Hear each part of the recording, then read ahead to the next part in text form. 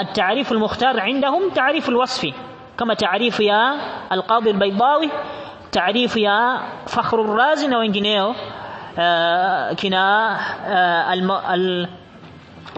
المرداوي na wengineo walipokuwa wanaiarifu usul fiqh.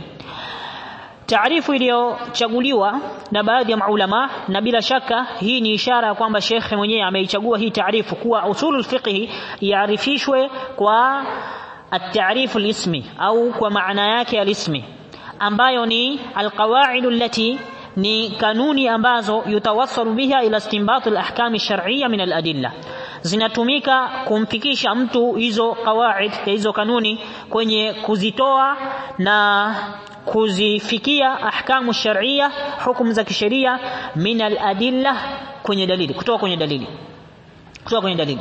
Yani anataka kuniambia Sheikh kwamba usul fiqh ni qawaid bas.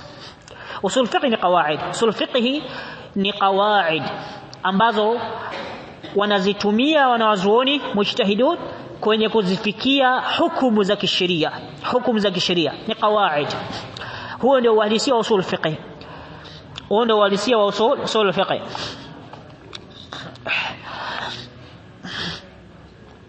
kisha baada hapo akaja sharh at-ta'rif al-mukhtari wa bayanu muhtarazatihi, sharh ya taarifu hii iliyochaguliwa na kubainishwa kwa muhtarazati, vitu vinavyotolewa kwenye hiyo taarifu.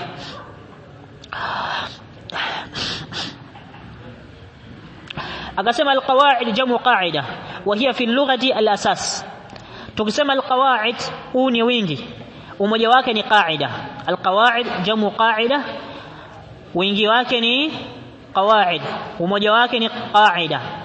وهي في اللغة معنى قاعدة كلغة ني الأساس مسينجي، معنى قاعدة كلغة ني الأساس. واصطلاحا معنى قاعدة كاصطلاح قضية كلية تنطبق على جميع جزئياتها، قضية كلية تنطبق على جميع جزئياتها.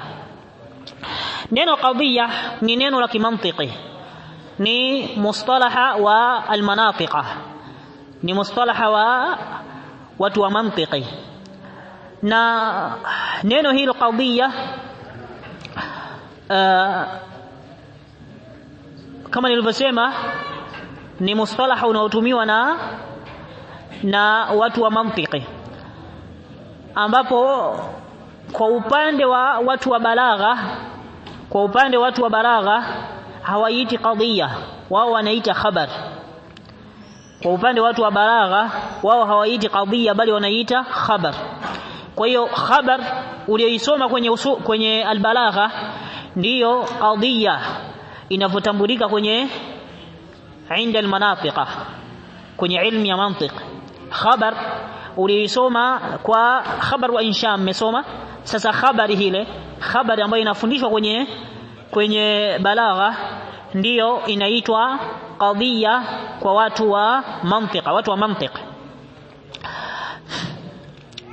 طيب لذلك يقول الأخضري katika السلم المرونق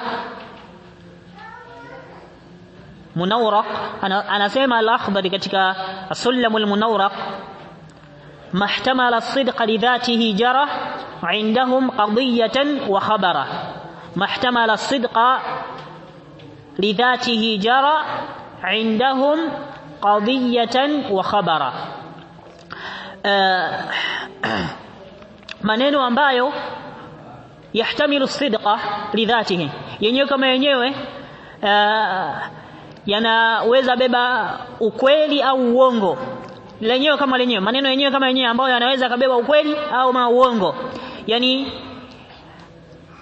قد يقابل بأن يقال هذا صحيح وهذا صدق أو هذا كذب وكذب. maneno ambayo yanaweza kukabiliwa na kusema huo ni ukweli au huo ni uongo.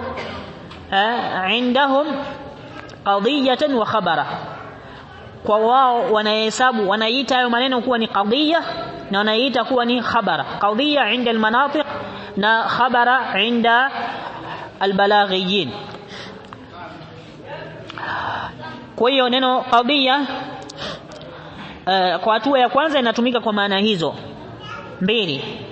Qadhiya inatumika kwa maana hiyo ya khabar na maneno. Lakini qadhiya ni nini? Qadhiyatun kulliya. Wakisema qadhiyatun kulliya wanakusudia ni hukumu ya kiujumla. Yani ni maneno ambayo yanatoa hukumu ya kiujumla. Ni maneno ambayo yanatoa hukumu ya kiujumla. Qadhiyatun kulliya ni maneno ambayo yanatoa hukumu ya kiujumla, التي ambayo tamtabiqu ala aina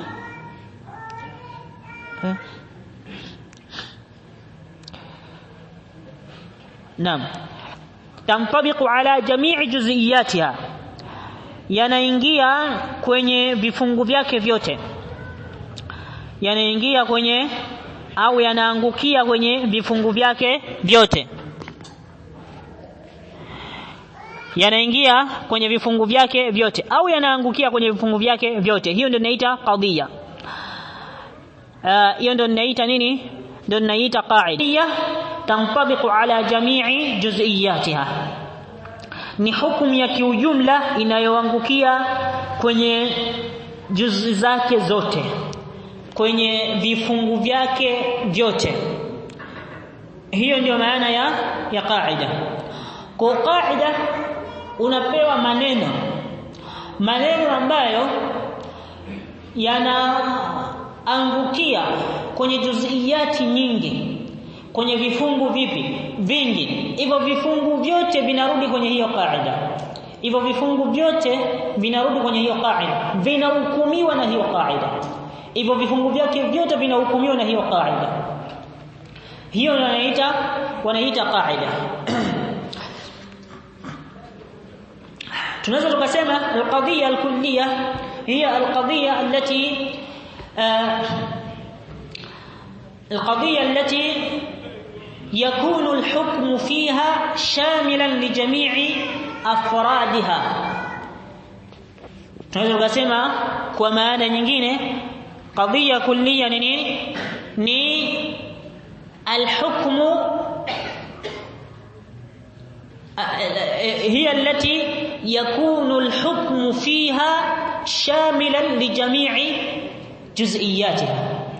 قضية كلية ni yale maneno ambayo ni ile habari ambayo hukumu iliyopo ndani yake inakusanya juz'iyati zake zote.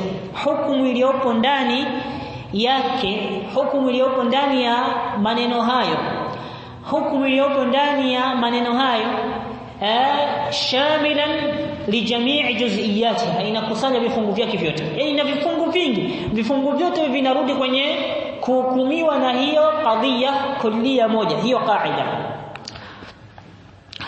Nini maana ya maneno haya? Yani qaida ni neno ambalo hutumika kuhukumia vifungu vingi, yenye maana fupi. Qaida ni nini? Ni neno ambalo, ni maneno ambayo yanatumika kuhukumia vifungu vingi. Yani mfano wake qaida gani? Al-amru lilwujub. Al-amru lilwujub. Ikija amri, tafsiri yake hilo lililoamrishwa ni wajibu. Ikija amri, hilo lililoamrishwa ni wajibu. Hii ni qaida. Hii ni qaida. Sasa qaida nini? Qaida ni neno ambalo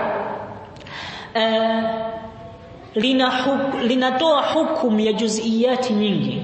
Kuna vifungu vingi vinahukumiwa kwa hilo neno. Tukisema ukiona amri basi inafidisha uwajibu, tafsiri yake kila amri unayoiona inahukumiwa na hii qaida. Kila amri unayoiona inahukumiwa na hii qaida. Ukiona amri wa aqimu salah, unarudi kwenye qaida. Qaida imetoa hukumu nini? Ukiona amri inafidisha hicho kilichoamrishwa ni wajibu. Hukumu ukiona amri, ukiona waatu zaka, imehukumiwa na kaida yetu. Ukiona amri ujue maana yake ni wajibu. Sawa?